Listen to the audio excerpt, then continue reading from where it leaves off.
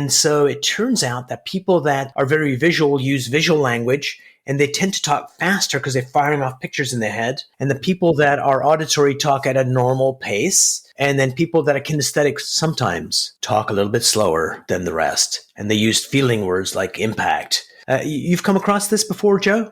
Absolutely. Absolutely. In any of the, again, on a keynote, right, as we both do, but as a keynote, I have no ability to go pass out an assessment ahead of time to figure out what they are. I just But assume. a lot of people, when they try and do a keynote, they do pass out. Yes, exactly. And so usually just throw up first is easier, and then there's less stress. But yeah, so you need to connect human to human, right? Correct. And so instead of you staying in your own modality, and if you can reach out and understand that there's three sitting out there, three major ones, right? I can't throw on like popcorn in the background in my training, hoping that every time they smell popcorn later, they're going to go back to my training method. But I will sit down and touch in all three of those areas. And you know what's unique, Umar, and this is what I love listening to people all the time, is that if you're presenting something visually, if you're presenting it the auditory way with the correct language and the right verbiage and all that, and then all of a sudden, you go back to let's go into the impact, the feeling, I want to do all of these things, and you start working with the kinesthetic person that's trying to take notes and things like that. As you go through, guess what? Nobody heard it 3 times.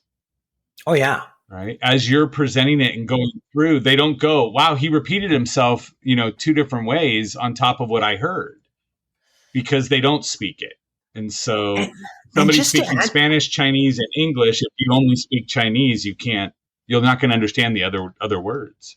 Absolutely. But one of the things that is like so annoying is when great speakers repeat themselves and nobody notices and people retain it longer, that we're more self-conscious about that than we need to be, number one, because great trainers really nail that point several times. But this is how I was trained. Come on stage and you basically talk at a slower pace using kinesthetic words, and every single kinesthetic person in that room goes, you're talking to me, and they come on board.